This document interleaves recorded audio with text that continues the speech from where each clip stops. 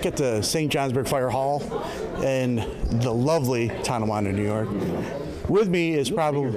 I need to adjust this. So I can't say. Not too many times in my life have I been able to say that.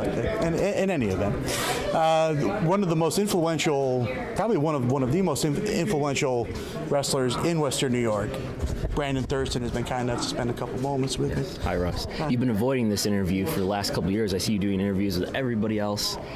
Avoiding me, the big interview. I know. I know. Now here we are. Finally. Now here we are. Now in the business 15 years. How do you maintain yourself over those 15 years? Maintain myself? Yeah. What do you mean? Health wise, mentally, and all that. How do you stay in this for 15 years? I don't know. I guess so. We're here at ESW today, and I think I'm the one who's been here the longest now. And I don't know, everybody else has families and stuff.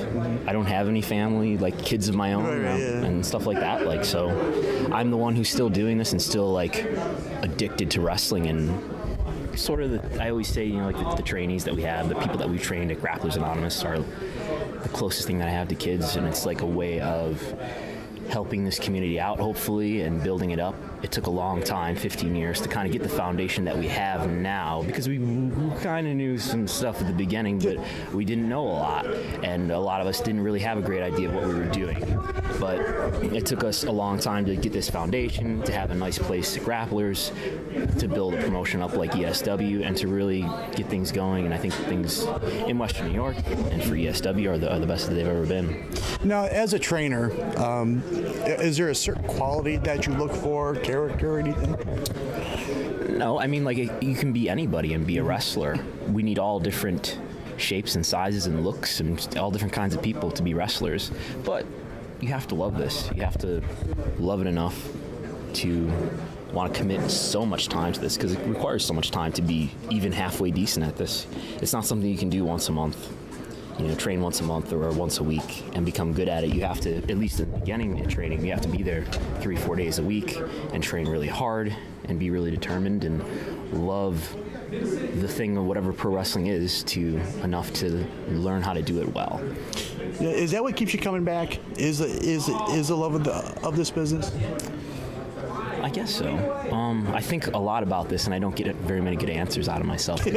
Why pro wrestling? I think it's a medium. It's not a genre. It's not like a genre of it's not a TV show. Obviously, like tonight, I mean, we're going to stream this or something. We'll put it online.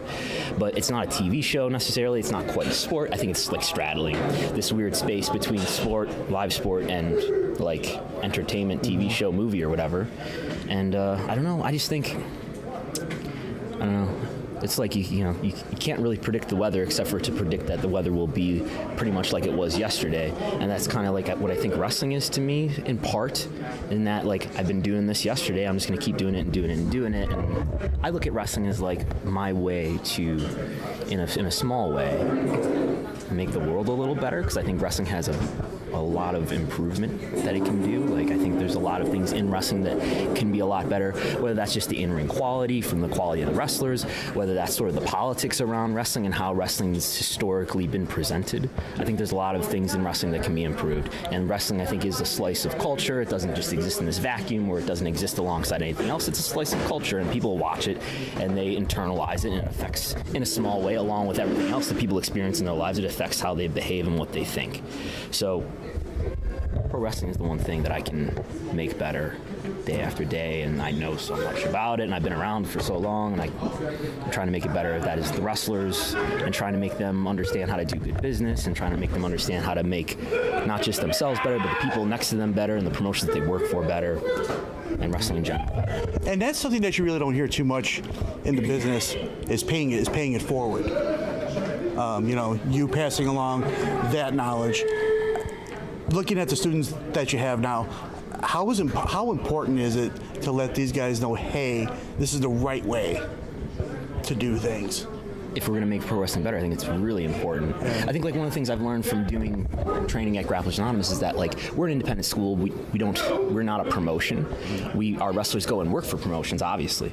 But I think it's really important to have an independent school that's independent of any promotion, because then it allows us to prioritize like the education, the development of the wrestler, rather than like, yeah, just get them trained up enough so they can sell some tickets and they can be in the ring, and don't let them wrestle for any other promotions locally, and that really limits like what the wrestler can do. Like, now I have to drive, even if, I have to drive 3 hours even to get my second booking or whatever, which you should have to drive. But I don't want to limit anybody to like where they can develop and what they can develop into. So like if Grapplers was like a promotion, I think, or if we have schools that are attached to a promotion, I think there is that problem, that conflict of interest. Yeah. Now, as a kid growing up, the wrestler that kind of made you a fan and made you want to be who Brandon Thurston is today, who would that have been, do you think? Growing up as a kid, like I came a little bit after the peak of Hulk Hogan, so I saw some Hulk Hogan, but especially Bret Hart. I was a big Bret Hart fan as a kid in the early 90s. In the late 90s, early 2000s, I got really into Japanese wrestling, and I traded and bought a lot of tapes that are in boxes on top of a platform at Grapplers now. There's like hundreds and hundreds of Japanese wrestling tapes. So I got really into All Japan in the 90s, like Mitsuharu Misawa, Kenta Kobashi, Toshiaki Kawada. Especially All Japan in the 90s, those three. Yep. I got into World of Sport later too, which is like British technical style wrestling. I would say those are the big influences. Yeah, obviously like moveset, Yuji Nagata, Jun Akiyama. Yeah, God bless you. Excuse me. But it seems like wrestling, style-wise, has become so diverse. The lucha style seems to be becoming more prevalent. Really? Now than what it was before. I'm not a lucha guy. You're not a lucha? Do you think so?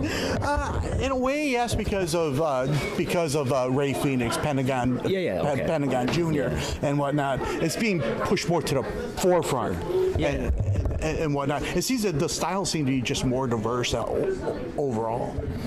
I think what's happened since like 2006 or so, when YouTube came along, and now I used to have to like send stuff in the mail, find it on these obscure websites, and mail, send somebody money online, and then they would send through the post office a tape to my house, and it would come like weeks and months after it actually happened. And now, like after 2006, now things are on YouTube, and now you've got everybody has their streaming service, so you can like watch New Japan, for example, live as it happens, which is just like looking back is crazy to me. So what I think has happened since like the middle of 2000s is that everybody it's really easy. There's no more excuse about like not being able to expose yourself to a wide range of styles. So everybody knows what everybody around the world is doing, or at least has access to do it and to do their homework. So I think all the styles are getting just mixed together. Japanese wrestling looks a little bit more like American wrestling than it did like 20 years ago, and vice versa. Yep. And probably the same thing for Mexican wrestling, Lucha Libre. Yep. Well, okay, it's over. It's over. It's over. That's all I got. It's all. You know what? We gotta catch up again another time. But thank you for your time. Part two. Part two. Yes. Brandon Thurston. Ask the hard questions next time. That's hard hitting stuff. Yeah.